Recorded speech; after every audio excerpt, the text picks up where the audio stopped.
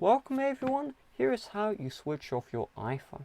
So regardless of the iPhone model, all you do is you press and hold the power button and the volume down key at the exact same time. So let's do this together. 3, 2, 1. Press and hold, press and hold, press and hold. Keep on holding. Do not release until you see this slide to power off screen. From here, all you do is, well, slide the toggle to power off your iPhone. Once the iPhone is powered off, in order to turn it back on, you just press and hold the power button on its own. There is no need to press the volume rockers. You can also connect your iPhone to a charger, and that will also turn on the iPhone as well.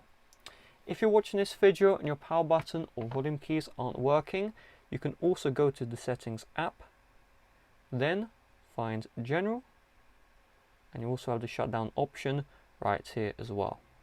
So with that being said, thanks for watching. See you guys later. Bye bye.